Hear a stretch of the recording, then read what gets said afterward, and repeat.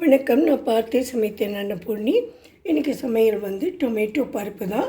அதாவது இதில் எல்லா பருப்புமே போட்டு வேக வச்சுருக்கேன். கடலைப்பருப்பு, துவரம்பருப்பு, பயத்தம்பருப்பு 3ம் போட்டு அதில் மசிச்சுட்டு நிறைய டொமேட்டோவையும் போட்டு தாளிச்சிட்டு அதுக்கு கொஞ்சம் ட்ரை மசாலாஸ்லாம் போட்டு தாளித்து கொடுத்துருக்கேன். இது வந்து வத்தக்குழம்பு வந்து கொஞ்சம் நார்த்தங்காய் போட்டிருந்தேன். எங்கிட்ட கொஞ்சம் நார்த்தங்காய் இருந்தது. ஒரு சின்னதாக ஒரு குட்டி நார்த்தங்காய் அதை போட்டுட்டு அதுக்கப்புறம் மணத்தக்காளியும் போட்டுட்டு மணத்தக்காளி காய் இருக்கு இல்லையா, அந்த வத்தல் அதையும் போட்டு நான் வத்த குழம்பாக பண்ணியிருக்கேன். இங்கே பண்ணியிருக்கிறது வந்து தொகையல் வந்து பயத்தம்பருப்பு தொகையல்.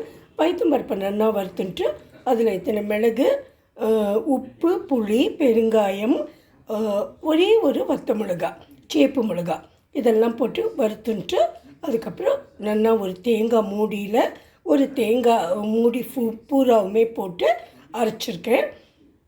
இதுதான் இன்றைக்கி சமையல். இந்த வத்தக்குழம்பெல்லாம் நான் ஏற்கனவே அப்லோட் பண்ணியிருக்கேன். திரும்ப அதையே பண்ணக்கூடாதுங்கிறதுனால நான் பண்ணலை.